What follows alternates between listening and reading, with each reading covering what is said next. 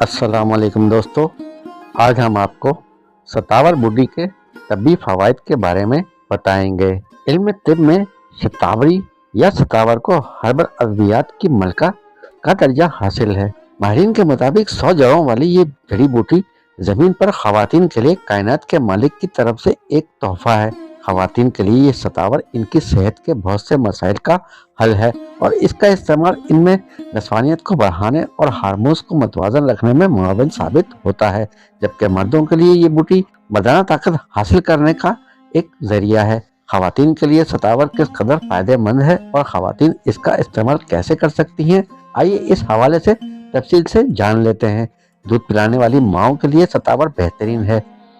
दूध पिलाने वाली माओं के दूध में इजाफा करती है। माहिर तिब का कहना है कि ये माओं के दूध की क्वालिटी को बेहतर बनाती है, जिससे इनका बच्चा सेहतमंद ग़िज़ा हासिल करता है। माहवारी का दर्द और माहवारी में बेकायदगी खवातीन का एक अहम मसला है और इस मसले के तार खवातीन की मजबूरी सेहत से जुड़े हैं। शतावर खवातीन को माहवारी के दौरान PMS के मसाइल से निजात दिलाती है। यही नहीं बल्कि शतावर का इस्तेमाल खवातीन में हैज के बंद हो जाने पर पैदा होने वाले मसाइल, खास तौर पर मूड का खराब होना और डिप्रेशन वगैरह को कंट्रोल करने में मदद देता है। ऐसी खवातीन जो घर का ज्यादा काम करती हैं या फिर ऑफिस और घर दोनों का काम करती हैं, इनमें थकावट एक बड़ा मसला है, क्योंकि दिन भर की मुशक्कत इनकी कमर तोड़ कर रख देती है। ऐसे में अगर ये खवातीन शतावर का इस्तेमाल करें तो इससे थकावट को दूर करने और पट्ठों के दर्द को खत्म करने में मदद मिलेगी। शतावर ही क़ुव्वत मुदाफ़त में भी भरपूर इजाफा करती है। अक्सर खवातीन का पेट जरा सा कुछ खाने पर भी फूल जाता है, निज़ाम हाज़मा दुरुस्त नहीं रहता या फिर जहनी दबाव और एंजाइटी की वजह से वजन बढ़ने लगता है। शतावर खवातीन के इन तमाम मसाइल को दूर कर सकता है। गुर्दे की पथरी दूर करने के लिए शतावर मर्द और खवातीन दोनों के लिए यकसा मुफीद है।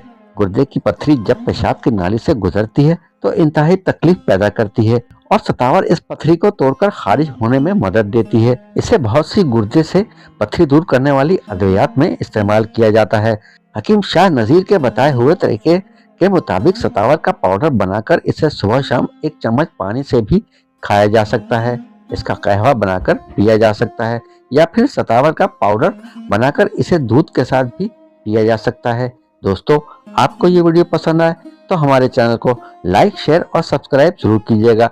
बेल आइकन के बटन को दबाना ना भूलिएगा। अगली वीडियो तक के लिए अल्लाह हाफिज।